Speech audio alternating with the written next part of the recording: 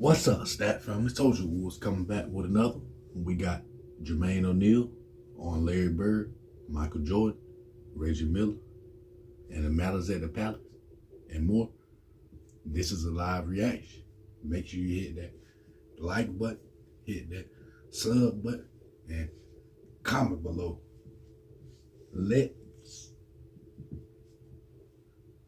get it. You already know what time it is. Every time it's gonna be legendary, I promise you. And you already know, shout out to them real legends. It's big time. We saluting real legends every time though. Y'all know.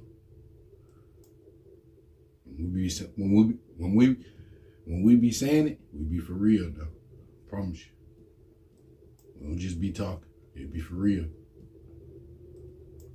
Shout out to them real legends, like always. It's big time.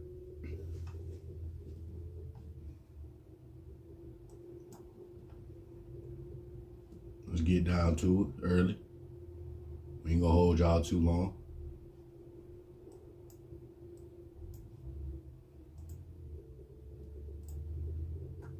It's Jermaine O'Neal, and you're checking out the Basketball Time Machine with Sean David. Showtime. Shout out Sean David. Hey guys, this is Dominique Wilkins. Hey, this is Sean Kemp. This is Gary Payton. Hey, this is Pau Gasol. Hey, what's up? This is Vince Carter here. Hey, what's up? This is Matt Barnes. If you're an old school NBA fan like I am, make sure you check out the Basketball Time Machine with my man Sean David. Salute Sean David. Hello and good day everyone, welcome back to the show. I'm Sean David, thanks for tuning in. Let's talk some old school NBA basketball. In today's episode, we got a very special guest in the house. He was a 6-time NBA All-Star and he got a new documentary coming out on Netflix called Untold, Malice at the Palace. Jermaine O'Neal, welcome to the show. Thanks for having me. Now, Jermaine, before we talk about your awesome documentary, I want to talk a little bit about your career. You had a very long, successful basketball journey. And I was very curious about, and that's actually always the first question that I ask my guests, who were the players that you were looking up to when you were a kid? And that's a tough one because I looked up to so many. Hakeem Olajuwon was probably one of my favorites. The dream. Obviously, MJ is the easiest. Jeffrey. Answer for that question. But back then, it was just so many really good players. Yeah, sure was. A particular individual player that I really liked. I liked a lot of Magic, Bird, Isaiah Thomas, Michael Jordan, Hakeem Olajuwon, Charles Barkley. I was a big fan of just basketball. All right. And did you ever tell any of those guys, once you got the chance to meet them, that you idolized them? No, but listen. Back then when I came in '96, so in '96 it was still, different, yeah. It was a beatdown, right? And so I remember checking in the game against Hakeem Olajuwon, and I think I must have picked up 4 fouls in a matter of like 2 minutes because he was every bit of advertised that I watched. He's probably one of the guys that I believe doesn't get talked about enough as one of the greatest centers of all time. Maybe the best overall player at the big position of all time. To me, it's funny that you say that. I had a recent episode claiming that Hakeem Olajuwon to me is the best big of all time, and I know many people got they got Kareem, they got Will Chamberlain, they got Bill Russell because of his rings, but skill set wise, I think Hakeem Olajuwon to me is the best big who ever lived. Inside, outside, footwork, jumper, off the dribble. And people don't even really talk about his ability to play defense. Defense, all-time leading shot blocker. He could guard a guard on a pick and roll situation. And he did it all, and he was fasting at the same time, right? Which, says it talks about a whole nother level of discipline and sacrifice, because it's hard to play in games and have not eaten, right? I'm just going to turn around at the top. So he was just a monster at 7 foot tall. It was like watching a ballerina. Yeah, absolutely. Now, when you came into the NBA and you didn't go to college, you were one of those crazy young guys like Kevin Garnett, yourself, who skipped college, and you were selected with the 17th pick by the Portland Trailblazers. And I can imagine the day of the draft must have been crazy for you, not knowing if you got picked at all, if you would be a lottery pick. You had no idea where you would end up. So take me through the day of the draft. Well, yeah, to me, it's everything leading up even before the draft, right? Because back then, difference between now and back then, like you can go back to school now, right? Back then, as soon as you made yourself eligible for the draft, you basically forfeited your college eligibility. And so then, if you don't get drafted, then your next question is, what am I going to do, right? Because now you've forfeited your college eligibility. So there's a lot of nerves, but I gotta say, a big thank you and shout out to Orrin Tellum. Definitely watch Elijah one. Who was my agent my entire career, who's now the CEO of the Detroit Pistons, who educated a young player and a single parent in ways that is hard to explain. And he made it easier, if it's such a thing, to make a decision like that based off real information. And I don't know if that process goes as smoothly if he's not involved as much as he was. Now, I think in the mid-90s, we're talking about the pre-internet era. Let's at least say not everybody had internet in their household. Did you know any of the other guys who were in your draft class, or were you surprised to see how good your draft class actually was? No, I wasn't surprised. Every week, it seemed like somebody was coming out, and I'm like, man, like, it made, I was very comfortable when I initially said I was coming out, and then like every week it was another player and another two players, and all of a sudden it's one of the best drafts that we've ever seen. Yes. But Kobe Bryant, the late great Kobe Bryant, was a close friend, and we were friends since like 13. Showtime. So myself, him, a guy named Tim Thomas, a guy named Lester Earl, Ronnie Fields, were all talking about possibly going prep to pro. The year before, once Kevin did it. So I was very familiar with Kobe, very familiar with his family, and obviously that draft class went down as historically one of the best ever. Yeah, absolutely. Now, your first years with the Portland Trailblazers, I have to imagine, were pretty difficult for you. I remember I'm a few years younger than you, so I was still collecting trading cards when you were drafted, and I had a trading card of you, and I always rooted for you. Always, I always rooted for you. And I was super upset, even as a child, that you didn't get any playing times, that you didn't get the opportunity, because once you entered the court, everybody could see, even I as a kid could see you could play, you could hoop. How tough was that time period in your life, knowing that you belong on the court, but you didn't get the opportunity? It was tough. It was tough. And, as any competitor at any level, in any occupation, you want to be able to show what you work on, show who you are, control your own narrative in many cases. In some cases, in my situation, that people created narratives that I wasn't good enough. And that was a hard pill to swallow when I knew where my mentality was. I knew, what my work ethic was. And sometimes the business of basketball deals with you in many ways. Now, I was very fortunate and blessed to go to a city like Portland, who was a one sports town. They treated me as a second son. And the Portland Trailblazers organization was fully prepared for a 17-year-old right out of high school from Columbia, South Carolina. They had the tools and information for me to use as a college one-on-one. Right. And so I was able to take in all this information. And fortunately for myself, I was able to, they changed the team like literally every year, with all these different players. And I was able to kind of build my own cake, right? Take certain ingredients and then, pick and choose what I want, what I didn't want. But from a competitive standpoint, it was difficult. Now, my first year, I don't know if I was ready to play on a consistent basis. Second year, I thought I was. Third year, I knew I was. And fourth year, absolutely, I was ready. But it's a lot of people can look at things and say, what if, and shoulda, coulda, scenarios. And I just believe the person I am today was built off, tough times in Portland, right? Going through it and having to show my worth and continue to improve at my craft. Well, you sure were patient. 4 years is a long time. 4 years of not seeing heavy minutes. Well, you remember that. You waited your turn. Back then it was 3 years. I was a free agent, had an opportunity to go be a starter on 3 or 4 other teams, and I chose to come back because I felt like the team was set to make a championship run. Right, we came up short against San Antonio when Sean Elliott hit the 3 without putting his heels down on the side. Crazy shots, Crazy shots. And then obviously, we end up losing the tough 7-game series against the Lakers when, Brian Shaw banked in the 3, bro, and it changed everything. And at that point, I knew it was time for me to go do something different. Yeah, speaking about doing something different, which turned out to be a blessing, you went to the Indiana Pacers and everything changed from you. I think you averaged now I got to check my memory, 12.8 points per game in your first season with the Pacers. I think it was a little bit more. Well, it's a good question. I don't know. I think it was a little more. I'm pretty sure.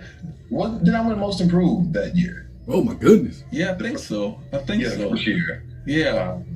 Or maybe the second year. But the second year was your coming out year. I think you were averaging like 20 points, and you were voted an All-Star. But talking about your first season with the Pacers, suddenly you're playing for Isaiah Thomas. And I'm just curious about, what do you recall playing for Isaiah, for such a high demanding, one of the best players of all time, a player that came from a generation where young players had to wait their turn before they actually got any minutes, and suddenly you're in the mix and he trusts you with heavy minutes. What do you recall from that time? Well, it was phenomenal playing for Isaiah Thomas. He became a real father figure. He lived literally 4 minutes from where I lived at. And I remember spending a lot of time over his house and Miss Thomas cooking meals, and we just sitting around the table talking.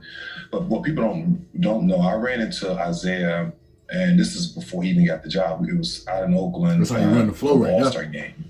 And I had never met him before, and we were literally crossing, and he just grabbed my arm. And he said, "Hey, young fella," he said, "just keep doing what you're doing. People see your work, right? You're going to get your shot." And just so happens, 5 to 6 months later, maybe shorter than that, he gets the job in Indiana. And one of the first moves he made is to come and get me. Nice. And that was just kind of like this crazy, story forms scenario where he made that statement and he really believed in me, which was a tough time too, because the Pacers just came off an NBA Finals appearance. And you basically gutting the team for young, unproven, players. And, that meant a lot to me. That is also something that we will see in the documentary. I mean, I've seen it already. They also show a little bit about your career, how you entered the NBA. So that's for all you hardcore NBA fans. You got to check that one out. Another thing that I found very interesting is I remember seeing you with the Blazers and seeing you with the Pacers. It seemed like you did work in the summer because you added many things to your game. And the one thing that I liked about you were a very flexible player. You had like a traditional post game, but you could also take guys off the dribble. So I'm just curious about, when do you think was your most improved time in terms of when do you think that you make the biggest step forward? Man, it's tough to answer, but what I was doing was taking my scouting report home every summer. That's big. So basically, I would always have teams give me my scouting report, or have a ball boy go get a scouting report out of the opposing locker room, and then if it was still laying around, and bring it to me, and worked on the things that obviously I could do really well, continue to polish that up, but also work on the things that I couldn't do as well. And the one thing I realized that people didn't realize that I was right-handed. Like everybody, thought that I was left. Because I did use my left a lot, so that was kind of like a bonus. But I think every year I wanted to improve, Past Tinsley, and not be in a position to kind of stall out, as far as growth. And obviously the league was changing, and I was fortunate enough to be in the league so long, through that process. But through the time that I was there in Indiana, we saw this influx of power forwards, and if you did not keep up, I mean, yes, the likes of Dirk Nowitzki, Garnett, Duncan, C. Webb, and many others. It was a dogfight. Rasheed Wallace. You had to come prepared every night, Who? Now that you mentioned those guys, who of them would you consider was the toughest to guard for you? I mean, all of them were pretty tough, but I think Dirk Nowitzki, because of his size, big journey. But people don't realize he shot the basketball off either leg. Big journey. So he would drive hard and pull up off balance. And for bigger guys, you're not used to, Can't do a nothing. guy being able to stop on the drop of a dime and pull up.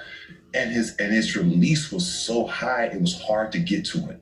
Right? It was high, Yeah, true. leaning back, and off the wrong leg sometimes. So he became a difficult guard. seen not from a 30,000 of it. physicality standpoint, but more from a skill standpoint. Interesting, very interesting. That was big time right Now, there, with Jermaine Dirk, O'Neal. we're talking about one of the best shooters of all time. Now, one of your teammates, until 10 years ago, I was saying he was the best shooter of all time, but then obviously Ray Allen came along, the Splash Brothers came along. In the documentary, Untold, Malice at the Palace, you also talk about that you were picking the brain of Reggie Miller, and that he was one of the guys that you were really wanted to speak to and get advice from, because you thought, okay, that guy really wants to win. That guy is a real competitor. Tell me a little bit about your what a move. relationship with Reggie. What did he do in order to help you? Was he one of the most important players in your career in terms of helping you? He was one of the most important players. I think from a perspective of, he could have easily deaded the trade, right? It was either, he could have went to the management and said, hey, look, you bring in this young player, trade me. And he did not do that. I remember when I first got there, he said, hey, look, kid, you're going to be whatever you're going to be. I'm going to let you be that as long as you're working for it. And that meant a lot to me. I wanted to sit next to him. Obviously, I knew who he was. Was a big fan of his craft. And he's one of my favorite all-time teammates, because he is a guy that is tedious about process and approach to the game. And I learned a lot from him, on a day-to-day basis. Now, one more question before we talk about your documentary. Jordan is my favorite player, and right underneath, like, Jordan is my 1A and my 1B is Larry Bird. And he happens to be your general manager with the Pacers, I think. Did he ever come to the gym and not work out with you guys, but also give you guys some advice, or was he more laid back and watching from the outside? He was more laid back. He talked occasionally, but he was really laid back. He's a very quiet person. You can tell he's from a small town, so he doesn't have that. He's not the Magic, right? Where Magic comes into the room and everybody knows Magic's there, right? Because he's so vocal. Larry, he'll give you some information that he feels like you can use, but for the most part, he just kind of stayed on the sideline and evaluated everything. Okay, so he didn't trash talk you guys? No, not at all. Okay, good. Hey, surprisingly, considering. Yeah, obviously. He fought himself teams. Absolutely. Now, on the 10th of August, we got the global release of the Untold Malice at the Palace documentary. And as I already mentioned earlier, I watched it. I told you before the interview that I think it's amazing. And I'm not only saying that to be nice and to promote your stuff, but this is really my honest opinion. It was so intense and so interesting to get your perspective, to get Ron Artest's, Meta World Pieces opinion on it. Steven Jackson is in it, Reggie Miller is in it. So all you guys give us insight about what happened from your perspective. And I wanted to know from you, what if you had to advertise or tell a person that never heard about what happened at the Malice at the Palace, what would you tell them? What is the documentary about? Well, first I gotta say, a big thank you to Netflix, the Way brothers, Floyd Russ, the director, for allowing me and the story to be a part of incredible Untold stories, documentaries. What we wanted to do, and I looked at doing this for about 10 years. I've sat down with many directors and many people about, being able to tell a story, again, not to the avid NBA fan who obviously knows about this, but to the person that knows about this, from almost, a non-sports scenario, right? So people, create judgments if they don't know who you are, right? We want to tell it to the average person that has heard about the brawl. And I thought, I really think that, that vision was accomplished in this doc. It's something that, has been, talked about, and still it's crazy having anniversaries every single year, and it's 17 years later.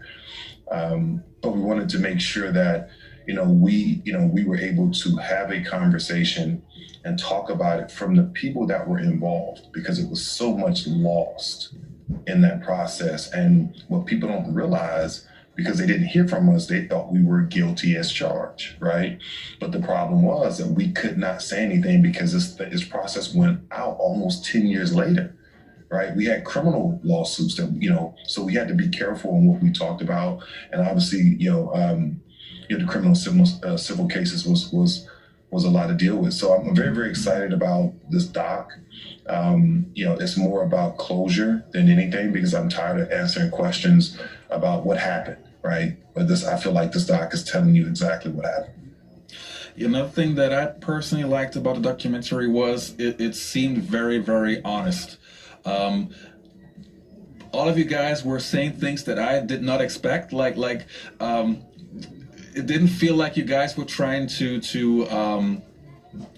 persuade the public that you guys were innocent and everybody else's was everybody else's fault. You guys did it genuine in terms of. Okay, I don't want to spoil it, but I can tell for a fact it is a very honest documentary, and guys admit to stuff that they did wrong, but they also give you an insight about stuff that you would have to think about to make your own judgment, how you think about the whole situation. And that's what I like about the documentary. Yeah, absolutely. I think, is one thing that, and I got to say thank you to everybody that was involved. It's hard to put together that level of people. Even Larry Brown, who didn't make the final cut, obviously we can only get so many people. I would love to have him stay on there. Rasheed Wallace was on there. There was some other things that was on there that didn't make the final cut, but people took out their personal time to be honest on a format that, we all feel like we just tired of talking about, right? Let's just tell the story and move on. I think for myself personally, I've had heartache about it, over years. I was probably the only one that did not speak about it, when they have these interviews and stuff about it, every year. And it pokes at me like a needle, because I've always felt like, the narrative was created, but nobody was really willing to have a real conversation. Right. And so there's no better way to have this real conversation than on Netflix, and being part of an incredible doc series. 10th of August on Netflix globally. Check it out. Untold, Malice at the Palace. Jermaine, before I let you go, your top 5 players of all time. And don't mess this one up. If you got a different person on your number 1 spot, I gotta hang up right away. Well, obviously my MJ is always gonna be mine. Okay. That's number 1. People don't realize what he was able to do in the air. It's probably the most physical we've ever seen. Right. So I would say MJ. I'm gonna put Akeem. Nice. And put Akeem at the 5. It is close because Shaq is another one that's incredibly confident and agile for his size. So I'm gonna go I'll go Magic at the 2. At the 3, I'm gonna go KD at the 3. Wow. Okay, I didn't see that one coming. Okay, so you played against all those great power forwards, and you really put KD. I'm gonna put KD at the 3. At the 3. Okay, all right. So 3. higher than Larry Bird, higher than Scottie Pippen. Yes. Okay. Because KD, I think KD he's a rare animal that brings it to the table. I mean, think about look what he's doing now off of a torn Achilles. So imagine what he was before that. He was a problem. 7 foot tall, and we've never seen a level of skill at that size ever. I mean, the closest one probably was Larry Bird, and Larry was phenomenal, but Larry doesn't have the skill set like KD. So that means you rank KD higher than LeBron James. Oh, now I got you. But we're talking positional, right? So yeah. I would on my team I would put KD at the 3. Now if you say you need 7 players. I mean, obviously LeBron is one of the greatest to ever play, no question. But I think MJ, which one did you take out? Let me ask you that question. Magic, KD, or Jordan? KD. Quit. I tell you why. From the skill set, I think KD is on a different planet. One of the most skilled basketball players we have ever seen. But Magic Johnson, for example, if I would compare those two, Magic Johnson made everyone on his team better. And that's more valuable. If you have one guy who makes every other player on his team better, he's more valuable than one player who's incredible. Well, but that, again, it was Magic or LeBron for me, right? Because it's almost, to me, LeBron is more Magic than he is Jordan. True. Right, and so the question is, who would you pick out of Magic and LeBron at that Magic, point? Anytime. Right, so that's where I went with it, right? And again, I mean, you could throw Kobe, you got Kobe, the late great Kobe Bryant, right? I mean, we're talking 1A, 1Bs when we're having this conversation. Right? We're talking about the margin of error between the two is very slim. So, I mean, obviously LeBron is one of the greatest we've ever seen. But if I'm starting a five, I'm gonna go. You got Magic on your one, Jordan, your shooting guard. Well, we can do this even at the four. I'm gonna go at the four. I'm gonna go Barkley. Okay. Yes, I love it. Yeah, I'm gonna go Barkley. Nice. All right, I like your lineup. All right, Jermaine, it was great having you on the show. 10th of August, Netflix globally, Untold, Malice at the Palace, and you guys all stay healthy. Take care and goodbye. Salute Jermaine O'Neal, legendary once again. Never go wrong watching them real legends. Thank y'all, Stat Family, for watching the full video. We're going to be back with another video after this video. Make sure y'all stay prayed up. Y'all be safe. Y'all be good. Go.